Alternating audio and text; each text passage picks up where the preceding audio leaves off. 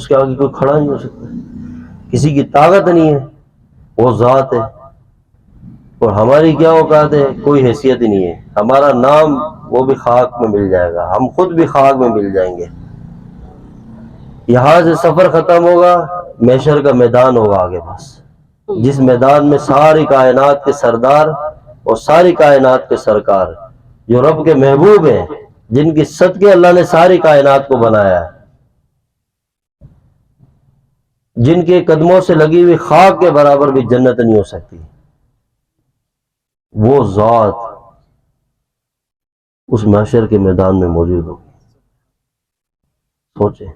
ہماری کیا اوقات ہے، ہم کیا اپنا کیا لے کے جائیں گے وہاں پہ؟ یہ بتائیں گے اللہ ہم نے یہ سجدے کی، یہ دین کے کام، جہاں امام حسین رضی اللہ تعالیٰ اپنی گردن لے کر آ رہے ہوں گے، وہ ہم اپنا عمل دکھائیں گے۔ جہاں صدیق اکبر جیسا یار حضور کا، وہ اپنے زخم اپنے درد لے کر آ، وہ ساتھ کھڑا ہو، فاروق اعظم سیدنا عثمان غنی رضی اللہ عنہ،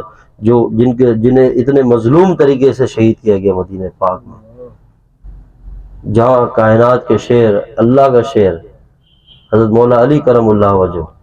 اتنے بڑے بڑے مقام والے لوگ کھڑے ہوں گے، جہاں حضور کی چچا حضرت امیر حمزہ رضی اللہ تعالیٰ جن کے جسم کے ٹکڑے ہو گئے، ان ٹکڑوں کے ساتھ موجود ہوں گے، ہم یہ کہیں گے اللہ ہم یہ نہیں کہنا رحمت دا دریا الہی ہر دم وقدا رہندا، جے ایک قطرہ بخش ہے مینوں کم بن جاندہ میرا۔ ہم اس قطرے کے چکر میں بیٹھے ہیں بس کہ اللہ ہمیں بھی بس کسی کنارے میں تو بس بخش دے، ہمارے عمل، ہمارے وظیفے، ہمارے چکر یہاں وہاں یہ ہمیں نہیں بچائیں گے۔ وہی اللہ ہے جس کی نگاہوں میں صدیاں ہزاروں سال سے دنیا چلتی ہوئی آ رہی ہے، اس میں اللہ نے اپنے نبیوں کی گردنیں کٹتے ہوئے دیکھی ہے، آروں سے چیرتے ہوئے انبیاء کو دیکھا ہے، صحابہ کو شہید ہوتے ہوئے دیکھا ہے، حضور کی آل ان کو نیزے پہ لٹکتا ہوا دیکھا ہے، اور 1400 سال بعد ہم اس دنیا میں بیٹھے اور ہم تکبر کریں کہ ہم اتنے نیک ہیں، ہم نے اتنے تہجد گزارے ہیں، یہ سجدے میں مانگے کہ اللہ ہمارا یہ عمل قبول کر لے بس تو۔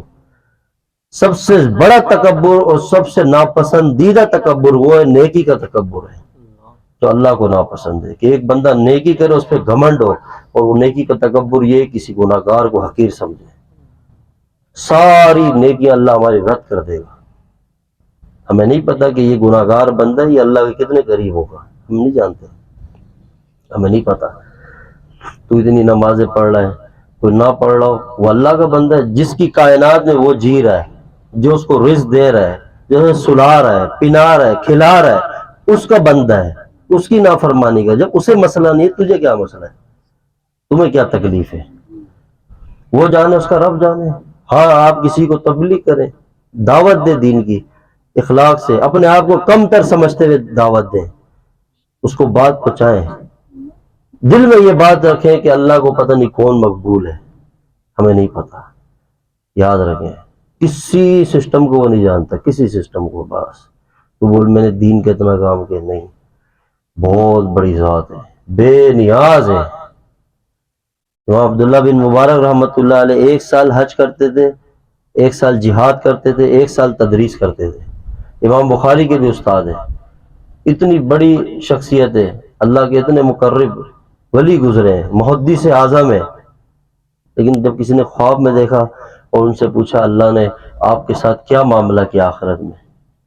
خواب مباشرات ہوتے نا، تو وہ فرمانے لگے کہ میں جنت میں تو اللہ نے مجھے بھیج دیا، میری زندگی کے اعمال قبول ہو گئے، لیکن میں اس بات پہ حیران ہوں